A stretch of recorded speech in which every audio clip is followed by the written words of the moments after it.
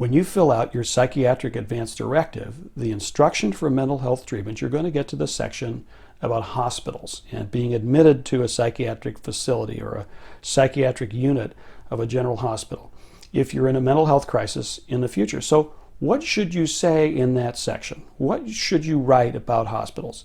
Should you just list a bunch of hospitals that you'd like to go to and a bunch of other hospitals that you do not want to go to? Well, it's kind of a strange question, isn't it? Because nobody actually wants to be in a hospital just to be there. It's no fun because, let's face it, being really sick is no fun, and that's what you have to be, very ill, in order to stay in a hospital as a patient. And with psychiatric hospitals these days, depending on the situation, you might have to be not only very ill, but actually unsafe and likely to harm yourself or someone else in order to get in there and stay in a hospital. So getting hospitalized is a serious thing, of course, and it's a serious thing to think about as you fill out your advance directive. So I'm going to give you a few tips just as a way to help you think about this and maybe write about your choices in a way that will help you achieve your goal, that you won't repeat a very bad experience that you've had with hospitalization in the past, and will help you get the treatment you need in a hospital if you really do need that. So it's important to remember first, let's just say this, if you have a really serious mental health crisis where it's actually unsafe for you to be in the community on your own and there's no real safe alternative in terms of, another place you could be or a way to care for you in the community, you might have to go to a hospital, no matter what you say or don't say in your advance directive.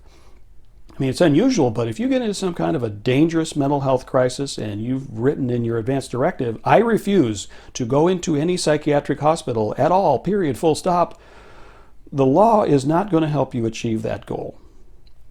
If a doctor thinks that you're seriously mentally ill and because of that you're a danger to others or yourself, and so you need to be in a hospital for your own good to get treatment, and a judge agrees, come to that, that's where you're going to go. And the doctor is not required to follow your advance refusal to be hospitalized in that kind of situation. The law is very clear about that. Now, another thing to realize is that the decision about where you will be hospitalized might be about where a bed is available. You might list a hospital where you agree to be admitted, but they might not have a bed available at that time when you need one.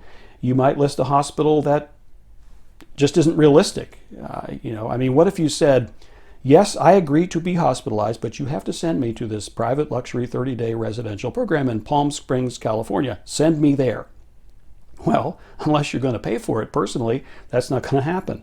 And there's nothing in the advance directive law that says you're entitled to go there. Doesn't mean you won't get hospitalized at all. Just means you're not going there. You might go somewhere else close to home, like it or not, maybe even under an involuntary commitment order by a judge if you meet the criteria that I've mentioned. So I think you should keep that in mind. Even though it's unusual, that's the situation you could face. So if you're aware of that anyway, as you fill out your advance directive, you could think about it. And maybe you could think about it like this.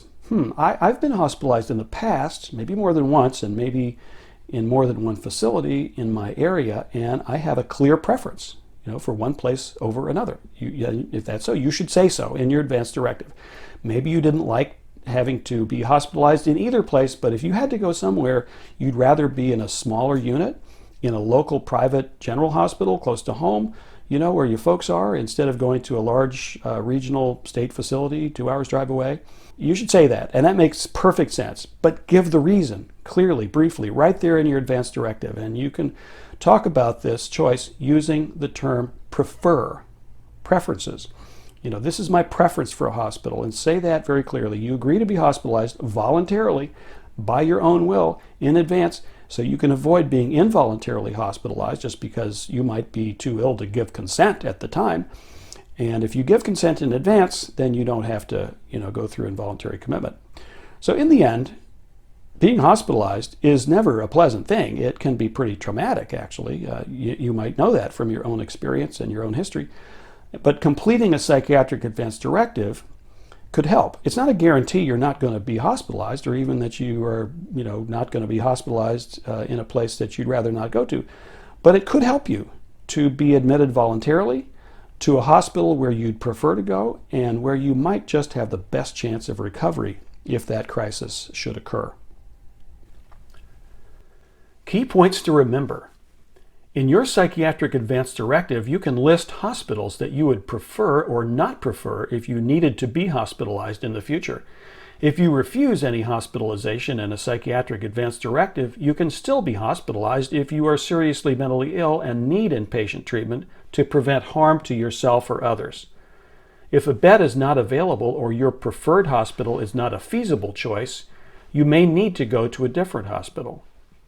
And giving advance consent to be hospitalized, with some flexibility about where you would be hospitalized, can help you avoid involuntary commitment.